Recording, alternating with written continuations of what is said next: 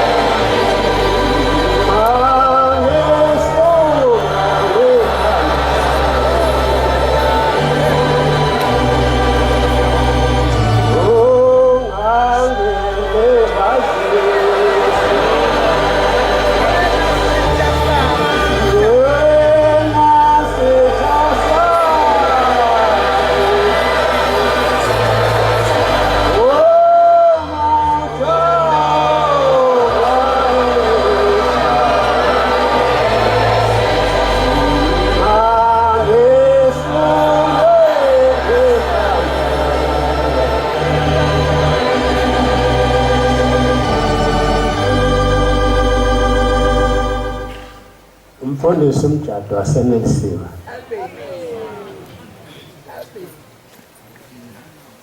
Siyathanda ukumkhonza uNkulunkulu. Kodwa mayethi kanti kakukhona oyedwa oliswakho izwi lamalenze uqinisile. Akakho. Siyaliswa ngendlebe kodwa kunzima ukulenza. uJehova uyasifundisa athathe nje ivesi eyodwa ahlabelele ivesi eyodwa bese ekhuluma igama elilodwa bese ethi nani yenzani njengoba ngenzile. Kakukhona oyedwa phakathi kwethu owenza lokho. Kunenkinga nje ke enkulu siyaliswa izwi lakhe kodwa siyalibamba liyaphunyuka. Kukhulunywa ngendaba enkulu. Khulunywa ngothingo kodwa wayengeke phela ubaba inyanga esule ngelanga. Ngobe ukunzima kuleli bandla kwaqala kubaba inyanga esule.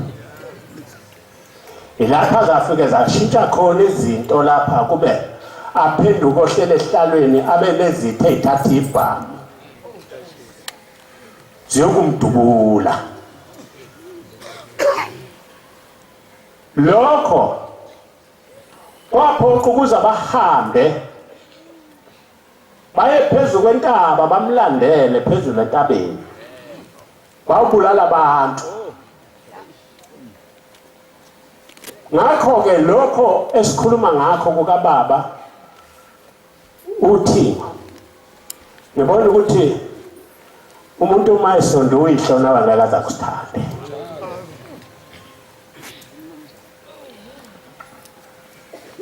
Kodwa uNkulunkulu unomahluko omkhulu kakhulu ngoba ukwazi ukuthatha indodana yakhe iyodwa ayinikele kini kodwa nina ningayidingi kodwa yena ayinikele kini kube nisindise. Kodwa sikhuluma ngemlomo kodwa singenzi. Leli bandla like lathwala kanzima kuba inyanga esolo. Sike salala entabeni. Salala siphethe imkhonto. Kwaphela ngake ngabuza abashumayeli bese kuphakameni omkhwanazi begoqa imkhonto phakathi amacansini kusiwala ephakameni. Kuzongena ngathi mina kuthiwa kuzohamba kuyovota bawukhumbula abantu ukuthi kwakuyiwe Lundu kuthiwa makuhanjwa kuyovota ozophatha isihlalo.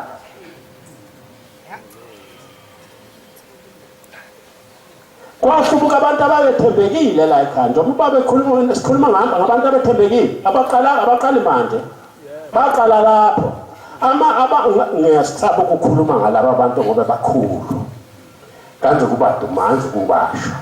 Kodwa ibona inkosi esasala nayo lapha esasike sihambe nayo kusuku sekukubi inkosi yaseMaqabini.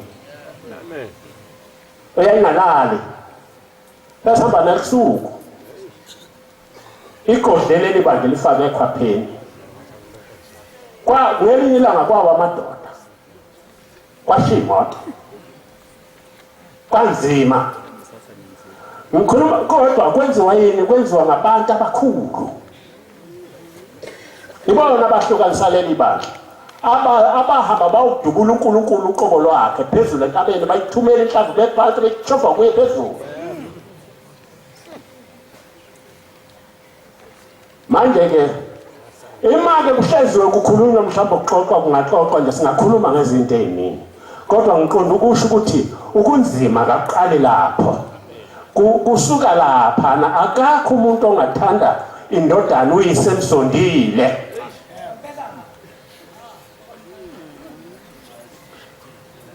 Ngafika la ekhaya ngithunywe inkosi yakwaNzunzu uSolibanzi. Sekuthiwe inkosi wathi ubaba mkhulu. Inkosi engapha ngaphesheya kothukela kayisayowela uthukela. Kuzoba khona ngaphesheya kothukela inhlangakazi kwaNongoma lentabela lapha ngaphesheya. Ngafika la ekhaya ngithunywe inkosi yakwaNzunzu andilanda ubaba. Ngathi ngiyangena ubaba ngamfica ehlezi lapha ngiyobuza ukuthi inkosi izothunwa nini. Ngithunywe inkosi yakwaNzunzu ngangena ngamfica ubaba ehlezi noNhlangikazi. Amadoda egcwele ihholo lapha ya. Kwangena insizwa embili zathi sizombiza sizobiza uNkosana. Ngaphendula endlini ngithunyiwe ngathi hawu. Nithini? Bathi sithunyiwe. Thunywa ngabefundisi baseholo. Bathi sizobiza uNkosana. Ngathi mina emsini kabani. Ukhona umuntu akathi ahanjelwe uyise. Abizwa ngamadoda azomthethisa icakha kubo kwakhe. Manje ubaba Mhlangazi welwase ngathi baba phuma angeke aphume baba lapha akafanele ukukhuluma nabantu njengamanje. Akuphuma wena baba hambe lapha. Waphuma wena ubaba Mhlangazi waya khona eyongena lapha eholo behleza abefundisi iqeqeba bembizela ukomfaka icala ngomusi kayise.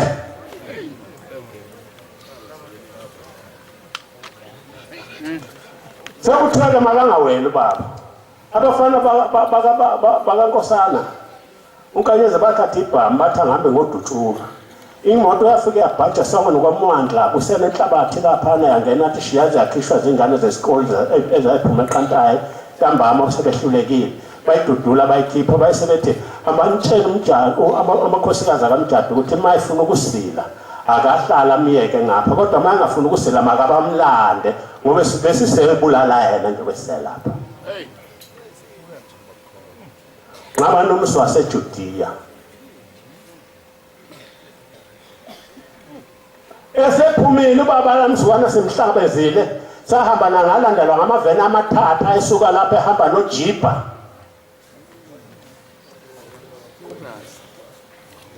Aphuma amaveni amathathu ayemlandile ubaba kuthiwa makangaweli ukuyongaphesheya kothukela.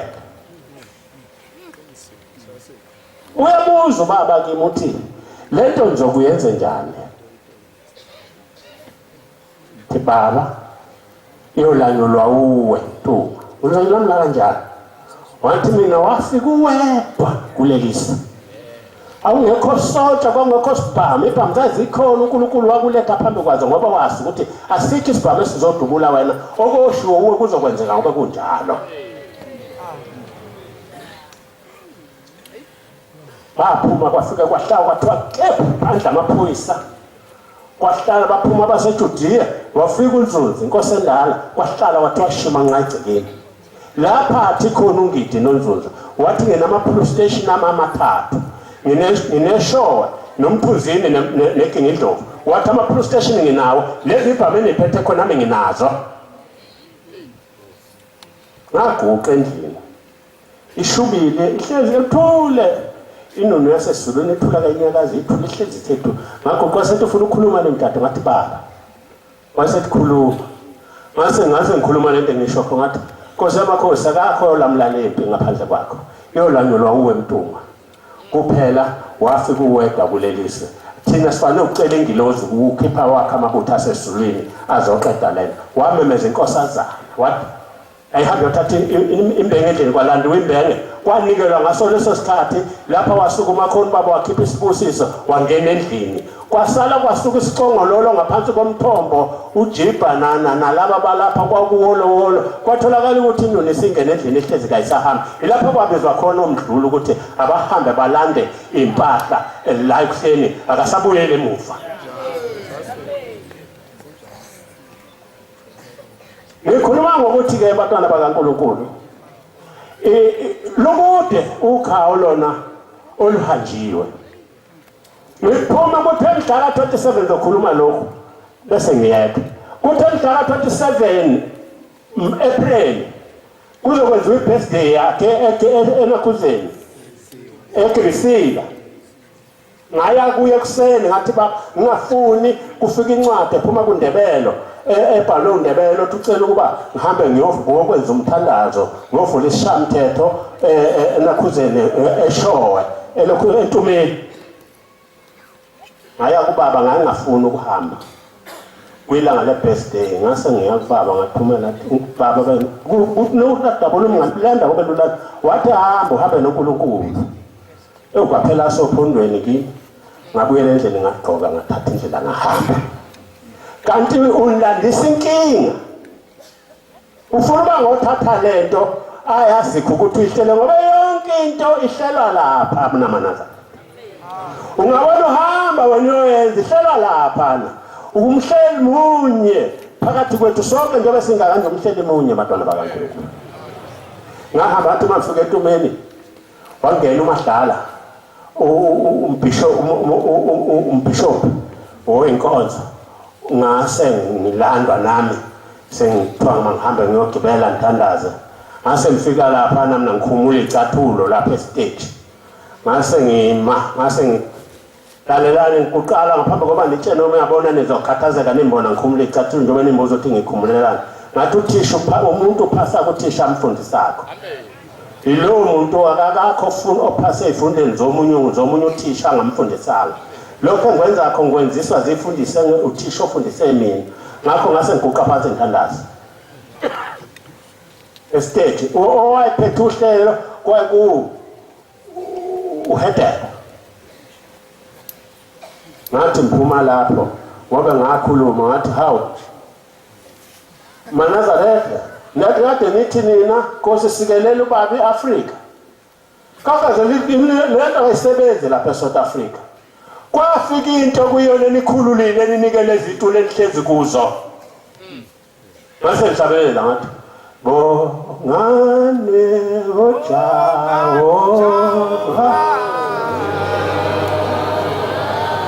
angisabeleli ubaba sikhathi sihambile uthi ngithi ke mina seniphindele kokhali bamandiya ngabe ngifunda incwadi seniphindele kokhali babeziswe ikhohle uNkulunkulu obuyisiswe kini ohlabelela lesihlabelelo kanye ngonyaka hamba uhlala u14 days entabeni elindelele lelizwe selize labuya la kini selikhohliwe uye nilibele ukukhuluma ngendaba yoNkulunkulu laba benu otshele benihlothele babeziswe niphambene noba nilandele uNkulunkulu esefika emhlabeni